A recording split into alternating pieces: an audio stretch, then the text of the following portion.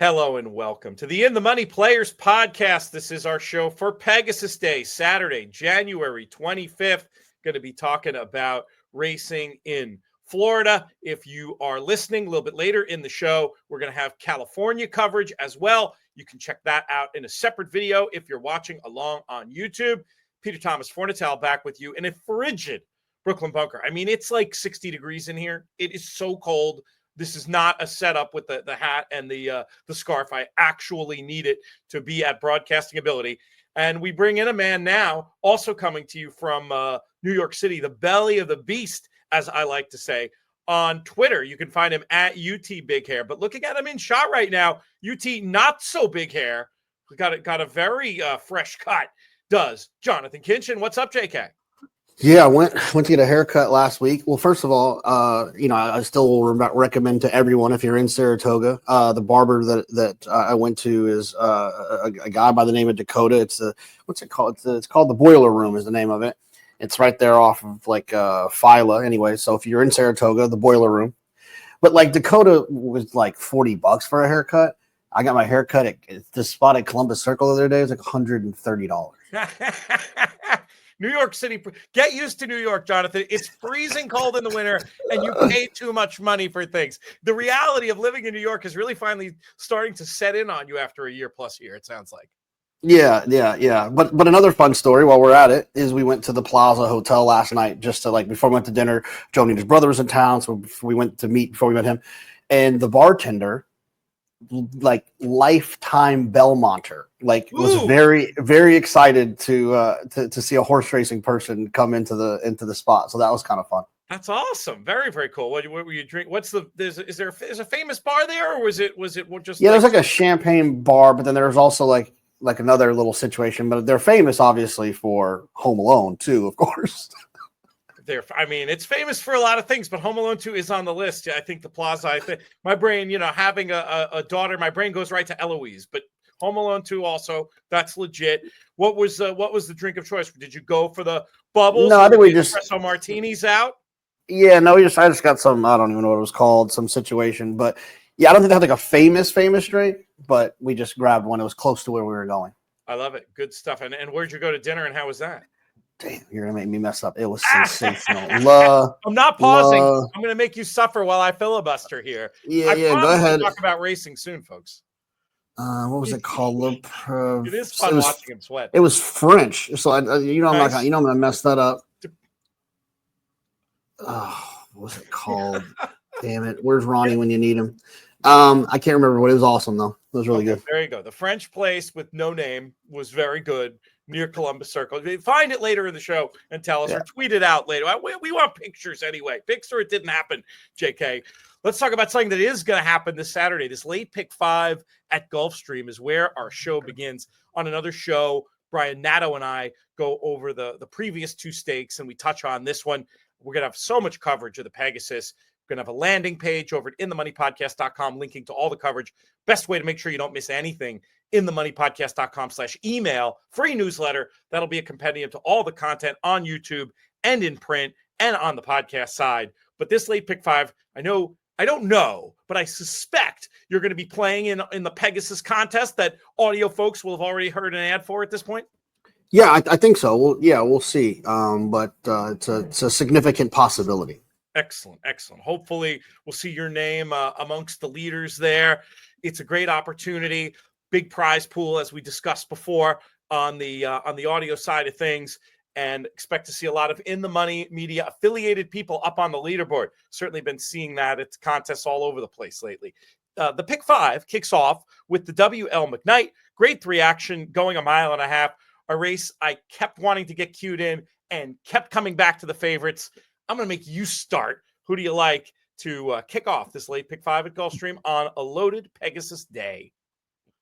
Yeah, this whole sequence, it's obviously a pretty good racing day because I couldn't – usually when I find a pick, I try to find somewhere that I can lean, somewhere that I can get aggressive, somewhere that I can try to single. And I struggled to find that. I found some interesting horses that I want to use as A-types but I also find myself kind of covering myself with a lot of the likely types in here too, because out of the 5 races, a couple of the likelies are going to win, and then you can hope for some prices in the others. You just try to zig and zag.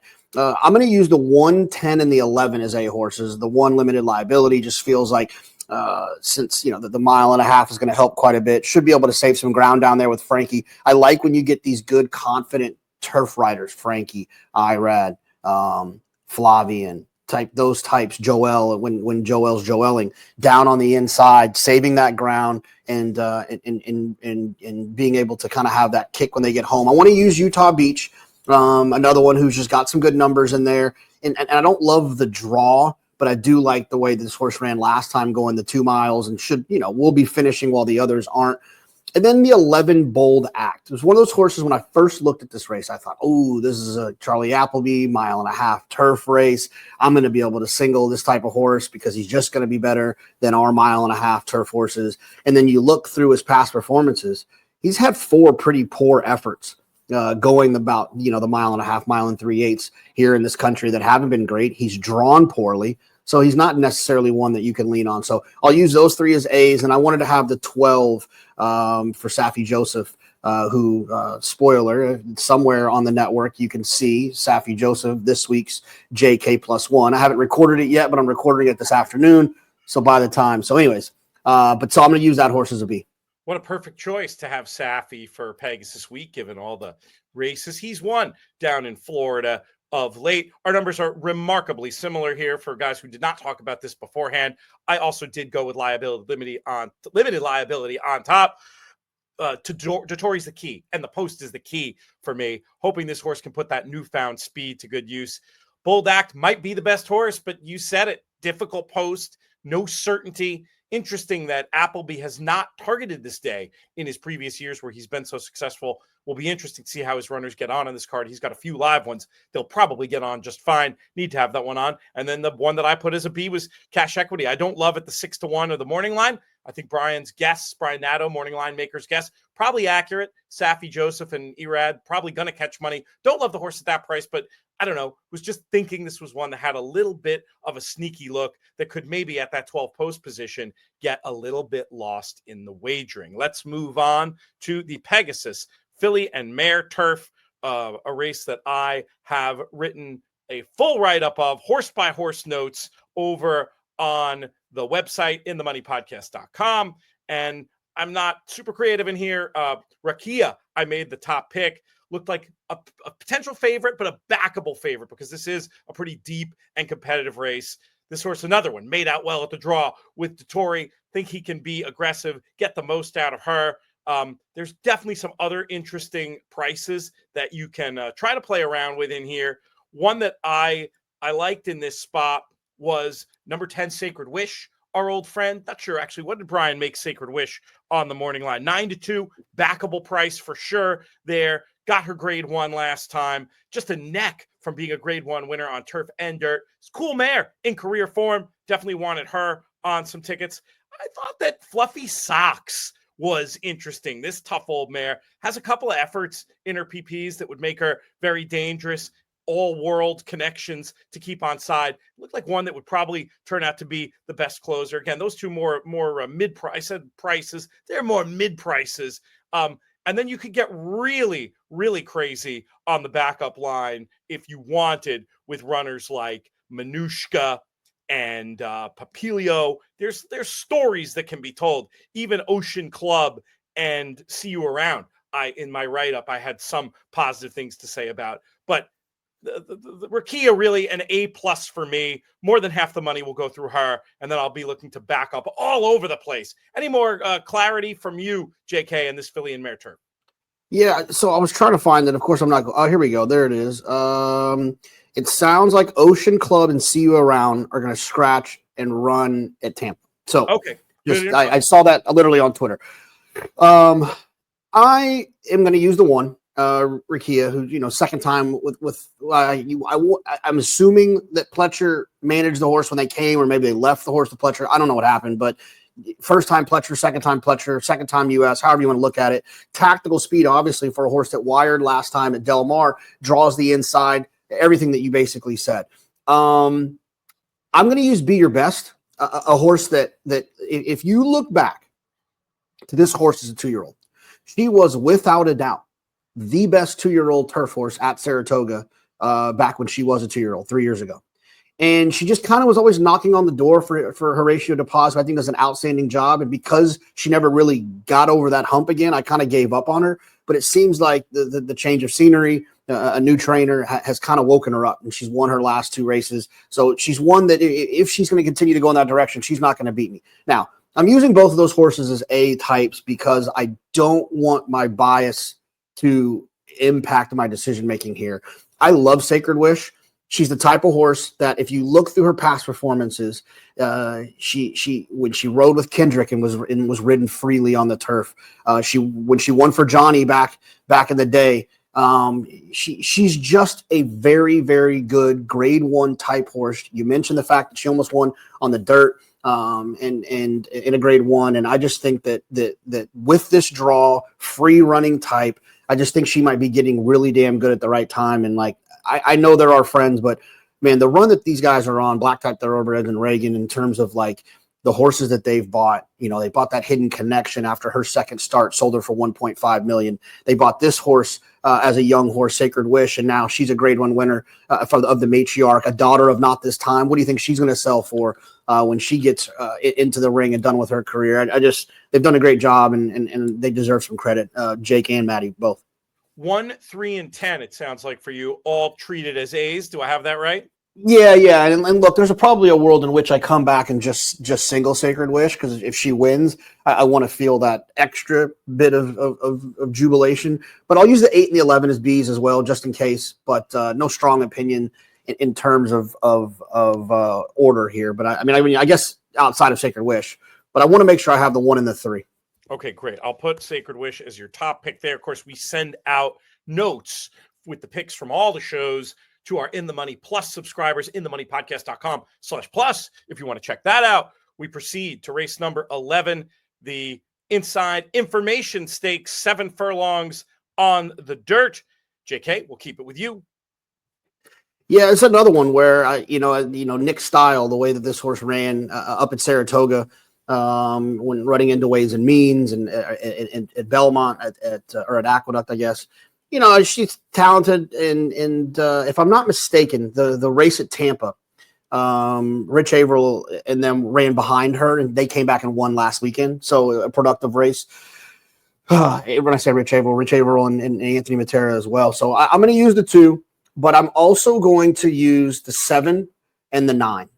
This is one of those kind of lock-up feeling races for me. 2, 7, 9. I'll use the 8 as a backup. I like the 9 quite a bit. Emery towards the outside. I think this horse is drawn extremely well, but she's not. She's going to be bet, and she's not that much faster than everyone else in here. And the other problem with her is I actually think she's probably better going a little bit shorter. If you look at her pace figures and the way her races are run, she's good enough to win going a little bit longer, but I actually think she's better going a little bit shorter. So we'll see. Interesting. I made Emery the top pick, and the real reason for me was that, again, comes down to draw and race design. I just don't see her getting a bad trip. That's an interesting point. I wasn't considering the distance as a negative, but overall, I just felt like she's got the best form in the race, steady diet of graded stakes, the lone blemish being a second to Ways and Means, not too worried about that. And as long as the track is playing fair, I think she can't get a bad trip from there. Perfect position to stalk, come calling on that turn for home. But I'm not being a hero. I also like Mystic Lake, one of the very obvious ones on form. I like your Nick Style as well.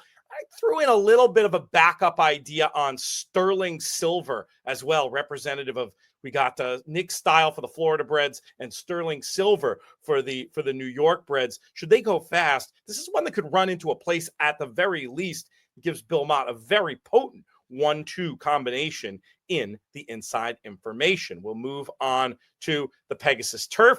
This is one of the races I'll be talking about on the live stream we're going to be doing. By the time this goes up, it may have already gone. I don't know, but look for it on YouTube if you can. Me, Randy Moss, Jerry Bailey, Nick Luck. Should be a lot of fun. I'm really curious to get your opinion on this race, but I'll go first. I've come back around to integration in this one. a horse that's, disappointed at times in his career, but I was giving credit for maybe having taken that step forward. No match for Nation's Pride over the summer, but we do know that integration has improved. And we don't know what's going on with Nation's Pride's form coming off the disappointing race in Bahrain. Stop me if you've heard this one. I think that Dettori will be a positive and really be able to help this one, getting maybe a little bit more aggressive. I went with integration. It's a really interesting race, though, and I'm super curious to hear what you think. Yeah, it's one of those races where, I think the two best horses, without a doubt, are Integration and Nation's Pride.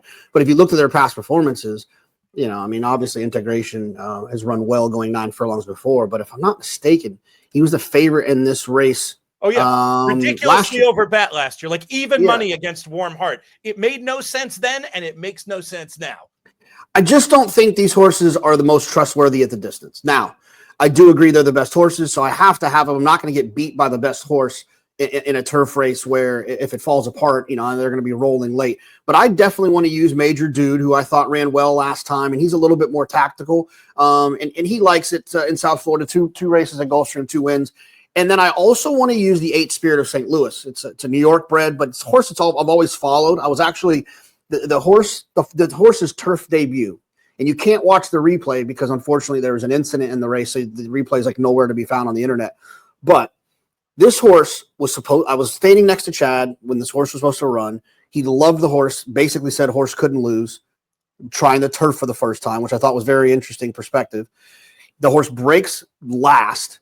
Chad's very angry, and then the horse still wins and then goes on a nasty winning streak of winning a bunch of New York bred turf races, and then just kind of basically thrust himself into open company because he was so good. I just think he's the type of horse that's been able to grow up now. He's a 6-year-old. He's taking on some of these other situations, and he is one who I think will appreciate this kind of middle distance type race. So I wanted to make sure that I had Spirit of St. Louis as well. So I'll use 5, 6, 7, 8. And then I also was going to use the 2 Formidable Man as a B horse. And that brings me to my last point. Shout out our friends at Lanes Inn for having 3 horses in this race. City of Light has 2, if I'm not mistaken, Formidable Man and Battle of Normandy. And then we also have, who's the other one? I'm forgetting now, but he's in here. Oh, Integration Quality Road. Right. So nice representation. No doubt about it. Good sponsor love from JK. Extra points for extra cherry on top of the Sunday for you. Yeah, for me, Integration on top. And it's just kind of funny if you read my write-up. The other ones I had nice things to say about were 7, 6, 8, and maybe a little 2, assuming Formidable Man is going to be a big price. I just have listed as a C in my official picks that we're going to send around. But yeah, we will win or lose together, it sounds like, when it comes to that one. And let's go. We got one more race to talk about, and it's the race that gives the day its name, the Pegasus World Cup. This race, very, very competitive. We've got some proper grade 1 form in here from the form of White Abario and interesting up-and-comer in Locked. When it comes to all these late picks, JK, on Pegasus World Cup Day, how are we going to get paid?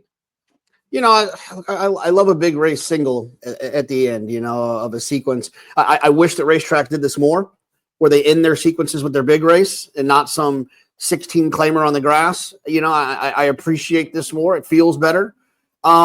But I can't single. I think there's 3 horses in here that after this race, one of these 3 horses will be the co-leader in the clubhouse to see what happens, obviously, with Sierra Leone and fierceness on the sideline for a second, and Sierra Leone will obviously get back going.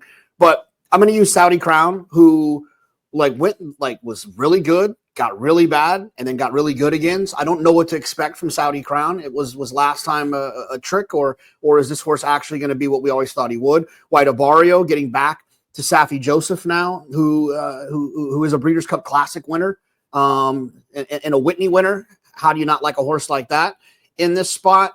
And then Locked, who's like that kind of up and coming type who we saw back at Aqueduct twice since coming back late in the 3-year-old year, who was sensational, ran 2 really good races. And this feels like one of those Pletcher types that was pretty good at 3, allowed to turn into a 4-year-old and continue to progress forward. So I think the winner comes from one of those 3, and I'm having a hard time separating them, because I feel like all three of them are on the come, right? Like very much so. Like you're hoping that something. I'm hoping that Locke takes that next step forward to being elite. I'm hoping White Abarrio gets back to the old White Abarrio, and I'm hoping that Saudi Crown is what we saw from him last time. None of it is a solid thing, and I'm pretty certain that one of those three things is going to happen, but I don't know which one. Yeah, I hear you. I mean, you're making logical sense. I did have issues with both Saudi Crown and White Abarrio. We'll talk about quickly, though.